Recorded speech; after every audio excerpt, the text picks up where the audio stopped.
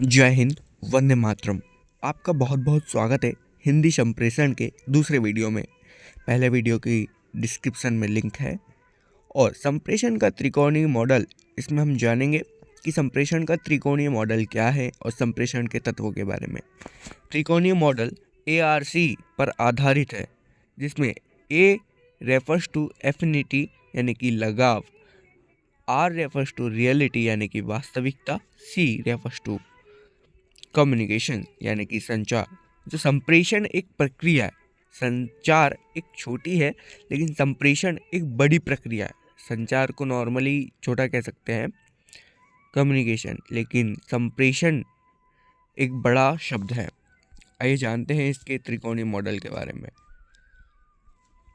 L Robert Howard has describe communication in terms of ARC triangle, मतलब कि ARC triangle के रूप में इन्होंने डिस्क्राइब किया है, विवरण दिया है, समझाने की कोशिश की है।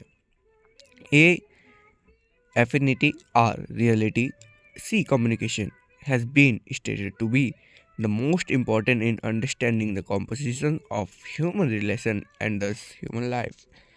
जो उनके ह्यूमन के लाइफ के बारे में और जो मनुष्य के संबंध होते हैं उनको समझाने का प्रयास किया है, समझने में सहायता होती है त्रिकोणीय मॉडल से, जिसमें एक प्रयोग लगाव के लिए किया गया है कि संचार तब होता है, संप्रेषण तब होता है जब लगाव किसी से बढ़ता है, इस तरीके से। आर का प्रयोग वास्तविकता को दर्शाने के लिए इन्होंने किया है और सी का प्रयोग संचार के लिए किया है। लुंडवर्ड, संचार वह प्रक्रिया है जो प्रतीकों के माध्यम से घटित होती है। ये कहते हैं जो प्रतीक होते हैं अलग अलग, ये प्रतीक किस किस रूप में हो सकते हैं? चित्र के माध्यम से हो सकते हैं, मौखिक या अन्य किसी रूप में हो सकते हैं। प्रतीक युक्त संचार संदेशों को कम कर देते हैं। जैसे कि हम कोई इमेज बना रहे हैं, इमेज के माध्यम से कुछ बताना चाह रहे हैं, तो वो इमेज तो हम बना देंगे, उसके माध्यम से संचार दे देंगे, लेकिन शायद वो कुछ चीज़ों को, संदेश को कम कर दे, क्योंकि हम पूरी चीज़ को उसको डिस्क्राइब नहीं कर रहे। जैसे कि कुछ इमोजीज होते हैं, सोचने वाले इमोजीज या फिर अलग अलग टाइप के इमोजी होते हैं, तो हम जो कहना चाह रहे हैं शायद सामने वाला ना समझ पाए। इस तरीके से जो प्रतीक होते हैं तो वो संदेशों को कम कर देते हैं। उपयुक्त प्रतीकों का प्रयोग स्वाभाविक कुशलता से परे हटकर संप्रेषण किया जा सकता है। आइए जानते हैं आगे संप्रेषण के प्रमुख तत्वों के बारे में। संप्रेषण प्रक्रिया में वक्ता यानी कि जो बोलने वाला होता है, संदेश, श्रोता की महत्वपूर्ण भूमिका होती है।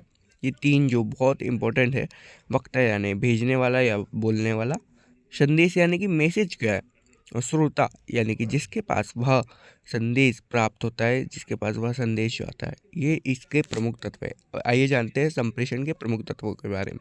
ये मेरे खुद के बनाए हुए नोट्स है, बहुत इंपॉर्टेंट है। यदि जानकारी आपको अच्छी लग रही हो तो देखते रहें वीडियो। संप्रेषण के तत्व, जिसमें संप्रेषण यानी कि स्रोत, संदेश, माध्यम, ग्राही यानी लक्ष्य और फीडबैक। अब मैं इनको बताना चाहूँगा कि क्या है। संप्रेषक मतलब कि जहाँ से जो मैसेज भेजा जाता है, जो भी स्रोत होता है वह, जैसे कि मैं एक स्रोत हूँ और मैं आपको ये जानकारी दे रहा हूँ, आज संप्रेषण के बारे में पढ़ा रहा हूँ, तो मेरा ये संदेश हो गया। ये जो मेरे जो भी नोट्स हैं, ये मेरे संदेश हो गया। और माध्यम क्या हो गया? हमारा फ़ोन, या फिर जो भी इंटरनेट वगैरह से वीडियो अपलोड होगा आप देखोगे, या आपका सोर्स हो गया। ग्राही यानी कि आप हो गए, लक्ष्य। और फीडबैक यानी कि जब आप इस जानकारी को लेकर मुझे प्रतिक्रिया दोगे, लाइक करोगे या फिर कुछ करोगे, कमेंट करोगे या फिर कुछ भी करोगे, मेरे तक वो जानकारी आएगी, तो वह फीडबैक एक संप्रेषण को दर्शाता है। ये पूरी जो प्रक्रिया है वह संप्रेषण की प्रक्रिया है। इसके तत्व ये संप्रेषण यानी स्रोत, संप्रेषण की प्रक्रिया जहाँ से आरंभ होती है। संप्रेषक में संप्रेषण की प्रवीणता, प्रवृत्ति, सामाजिक सांस्कृतिक व्यवहार होना चाहिए। जो भी संप्रेषक होता है, भेजने वाला होता है, उसको बुद्धिमान होना चाहिए। किस तरीके से वह अपने संदेश को अच्छे से भेज रहा है, प्रवीणता यानी कि उसके अंदर कला अच्छे से होनी चाहिए, प्रवृत्ति होनी चाहिए, सामाजिक यानी कि सांस्कृतिक व्यवहार होनी चाहिए, समाज से जुड़ा हुआ होना चाहिए संस्कृति। यदि वह समाज से नहीं जुड़ा होगा तो वह क्या संदेश भेजेगा? संस्कृति के बारे में जानकार होना चाहिए। प्रवीणता का मतलब होता है बोलना, लिखना, पढ़ना, सुनना या तर्क वितर्क, अपने ज्ञान, संकेत देना, चित्र बनाना इत्यादि आता है। ठीक है। संदेश, संदेश में क्या विषय होते हैं? संप्रेषक की अभिव्यक्ति के विषय, यानी कि अभिव्यक्ति का मतलब होता है वह जो जानकारी देना चाहता है। तो संदेश की विषय वस्तु होना चाहिए, संदेश का विवेचन होना चाहिए, संदेश का माध्यम होना चाहिए, संदेश प्राप्तकर्ता की जानकारी होनी चाहिए। मतलब कि जो भी संदेश की विषय वस्तु है उसमें क्या बताना चाह रहा है वो जो भी भेजने वाला है, तो मैसेज को पूरा अच्छे से डिस्क्राइब होना चाहिए। यदि यदि हाफ यदि जानकारी देते, कभी कभी जो संबंध होते हैं हमारे इसलिए बिगड़ जाते हैं कि हम प्रॉपर रिप्लाई नहीं करते। मतलब कोई व्यक्ति आपको पूरे अच्छे से मैसेज कर रहा है और हम हाँ ठीक है ओके इस तरीके से, तो एक प्रॉपर रिप्लाई कर दिया जाए या समय पर रिप्लाई कर दिया जाए तो हमारे संबंधों में बना रहता है। क्योंकि आजकल जो संबंधों का दौर चल रहा है वह ये चल रहा है कि ज़्यादा से ज़्यादा मतलब कि कनेक्शन बना रहा है। यदि कनेक्शन ना बना रहे तो वह व्यक्ति के अंदर जो संप्रेषण है वह यदि रुक जाता है तो संबंध भी टूटने की ओर आगे बढ़ते हैं। इसलिए संप्रेषण जो भी अच्छा हो, संदेश अच्छा हो, संदेश की फीडबैक भी अच्छी हो। जैसे कि यदि मैं आपको कोई मैसेज कर रहा हूँ, कुछ जानकारी दे रहा हूँ, तो आप भी एक प्रॉपर रिप्लाई मुझे करेंगे तो मुझे भी संतुष्टि होगी। अब यदि आप ओके हाँ ठीक है तो ऐसा कर देंगे तो थोड़ा मुझे अटपटा सा लगेगा। क्यों? क्योंकि मैंने आपको इतना डिस्क्राइब करके बोला और आप नॉर्मली ऐसे बोल रहे हो तो थोड़ा एक अलग तरीके से लगता है। आगे देखते हैं। को ध्यान में रखकर संदेश प्रेषित करना चाहिए। जैसे मैं किसी ऑफिशियली प्रधानमंत्री जी को मैं यदि कुछ संदेश भेजना चाह रहा हूँ तो मैं कैसे लिखूँगा उसको? अच्छे से डिस्क्राइब करके लिखूँगा ना, एक जानकारी के हिसाब से।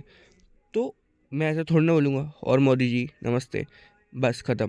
नहीं, मैं उनको अच्छे से लिखूँगा, श्रीमान जी, प्रधानमंत्री जी, फिर उसके बारे में पूरी जानकारी दूंगा मैं क्या कहना चाह रहा हूँ, फिर लास्ट में उनको अभिवादन फिर से करूँगा, धन्यवाद करूँगा उनका, इस तरीके से।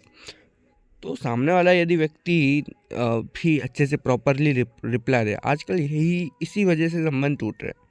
जो घर परिवार या फिर कहीं से दोस्त भी होते हैं या फिर अलग अलग होते हैं, जो महिला मित्र, पुरुष मित्र ये सब होते हैं, तो ये एक दूसरे से सही से संप्रेषण नहीं कर पाते नॉर्मली यदि देखा जाए तो।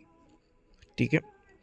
तो संप्रेषण को अच्छे से करना है तो प्रॉपरली रिप्लाई होना चाहिए, माध्यम आपका अच्छा होना चाहिए, को ध्यान में रखकर किया जाता है। माध्यम क्या होता है? माध्यम वो होता है जो वक्ता और श्रोता के मध्य सेतु का कार्य करता है। मतलब कि दोनों के बीच की कड़ी होती है। जैसे कि मेरे पास भी फ़ोन है, आपके पास भी फ़ोन है, आपके पास लैपटॉप है, इसलिए हम दोनों ये वीडियो को देख पा रहे हैं, मैं बता पा रहा हूँ और आपके पास ये जानकारी जा पा रही है। तो ये हमारे पास माध्यम हो गया। कोई भी हो सकता है माध्यम, रेडियो हो सकता है या फिर फ़ोन हो सकता है या फिर आप कुछ भी, है ना, टीवी हो सकती है। आश्रय जिस तरीके से संप्रेषक संदेश भेजता है, तरीका यानी कि बोलकर, लिखकर, ईमेल, वेबसाइट इत्यादि के माध्यम से, ये सब माध्यम होते हैं। ग्राही लक्ष्य यानी कि आखिर कहाँ पर वह संदेश भेजना चाह रहा है। मैं तो आपके लिए वीडियो बना रहा हूँ तो ये आप तक जानकारी जाएगी, इसलिए मेरे जो ग्राही है वो आप है लक्ष्य। यदि और कोई विशेष उद्देश्य बनाता तो ये विशेष जगह पर ये वीडियो जाता।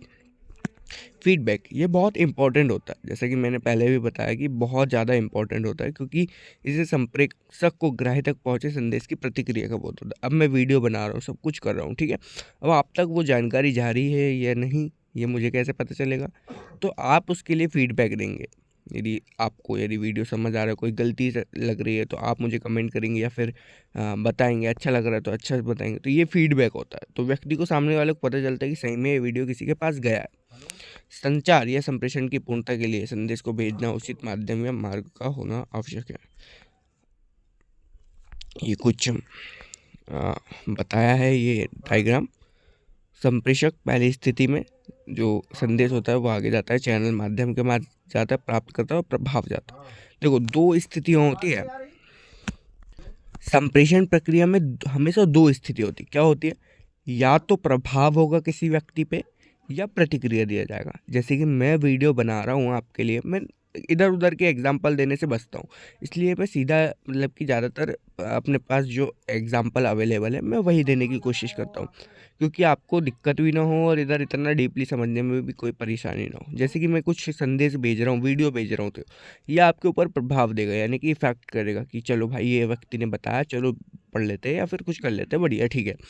अब यदि इसमें कुछ कमियां दिखेगी या अच्छाइयाँ दिखेगी तो आप मुझे प्रतिक्रिया दोगे, ठीक है। प्रतिक्रिया मतलब कि फीडबैक दोगे, आप मुझे रिएक्ट करोगे या फिर देखोगे कि सही में व्यक्ति ने कुछ जानकारी दी है या फिर कुछ गलती है तो मैं गलती बता देता हूँ। तो प्रतिक्रिया देते हैं या प्रभाव होता है, यदि प्रभाव होता है, यदि नकारात्मक क्या बोलेगा, चलो यार क्या बताया इसने, बेकार का बताया जानकारी। ये ये प्रभाव मतलब क्या, आपके ऊपर ये चढ़ा कि कुछ जानकारी नहीं दिया इसने, और ये कुछ ये होगा कि यह बहुत इंपॉर्टेंट जानकारी हमें मिली, तो प्रभाव होगा स्थिति में। और दूसरी स्थिति में क्या होगा, प्रतिक्रिया, कि अच्छा बताया भाई ने, चलो कमेंट कर देते हैं, है ना। फिर नहीं तो फिर बोलेंगे चलो ये कमी थी, ये बता देते हैं, तो प्रतिक्रिया या प्रभाव होगा। ऐसे ही यदि मोदी जी यदि भाषण देते हैं तो प्रभाव होगा जनता में, या वो जनता प्रतिक्रिया देगी, है ना। ये बड़े लेवल पे भी हम सोच सकते हैं, छोटे लेवल पे सोच सकते हैं। अब संप्रेषण का महत्व क्या होता है। संप्रेषण मानव जीवन में संप्रेषण के बिना संभव ही नहीं है ना। जन्म से मृत्यु तक मनुष्य संप्रेषण ही करता है, क्योंकि बच्चा जब जन्म लेता है तो वह भी संप्रेषण करता है, हाव भाव, वो हंस कर, रो कर, मुस्कुरा कर, फिर जीवन के अंत तक भी वह संप्रेषण ही कर रहा होता है। संप्रेषण के महत्व के बिंदु है व्यक्तिगत जरूरतें, यानी कि दैनिक दिनचर्या में खाना पीना, प्रेम। तो व्यक्तिगत ज़रूरतों में संप्रेषण की बहुत इंपॉर्टेंट है, प्रेम, सेवा इत्यादि। बहुत सी ज़रूरतें बिना संप्रेषण के संभव नहीं होती है, क्योंकि हमारी दिनचर्या जो होती है वह संप्रेषण के माध्यम से होती है। हम सुबह उठते हैं, संप्रेषण करते हैं, मतलब एक दूसरे से बात करते हैं या फिर जो भी करते हैं वह संप्रेषण से ही संभव हो पाती है। व्यक्तिगत संबंध बनाने के लिए संप्रेषण बहुत इंपॉर्टेंट है, क्योंकि जब तक हम बातचीत नहीं करेंगे या फिर किसी भी माध्यम से, ज़रूरी नहीं है एक गूंगा व्यक्ति बात नहीं करता, गूंगा व्यक्ति भी हाव भाव के रूप में या फिर किसी तरीके से बातचीत करता है। तो संप्रेषण का मतलब केवल वह नहीं है कि जो बोलकर कहा गया, वह लिख कर, मौखिक रूप से, हाव भाव के रूप से संप्रेषण कर सकता है। सूचना, मनुष्य के जीवन का मुख्य कार्य सूचना संग्रहण करना है, मतलब कि जो भी इम्पोर्टेंट इन्फॉर्मेशन होती है वो कहीं ना कहीं से एकत्रित करते हैं।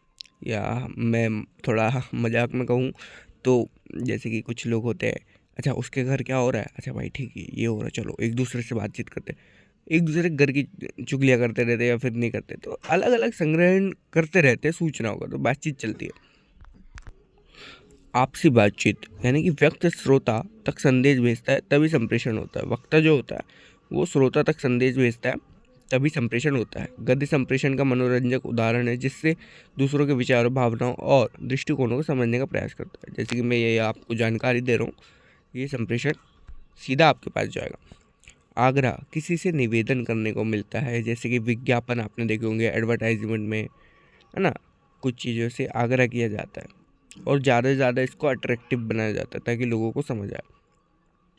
मनोरंजन, यह मानव जीवन की सबसे महत्वपूर्ण ज़रूरत है, जीवन में स्फूर्ति और उत्साह के लिए बहुत इंपॉर्टेंट। यदि मनोरंजन जीवन में नहीं होगा तो जीवन बिल्कुल नीरस हो जाएगा, उसमें कोई भी उत्साह नहीं होगा। तो आगे देखेंगे संप्रेषण में जो प्रक्रिया है, संप्रेषण की प्रक्रिया में वो क्या क्या है, इसके इम्पोर्टेंट जो कौन कौन सी महत्वपूर्ण बातें हमें ध्यान रखनी होती है। तो अभी तक के लिए इतना ही। जय हिंद, जय भारत।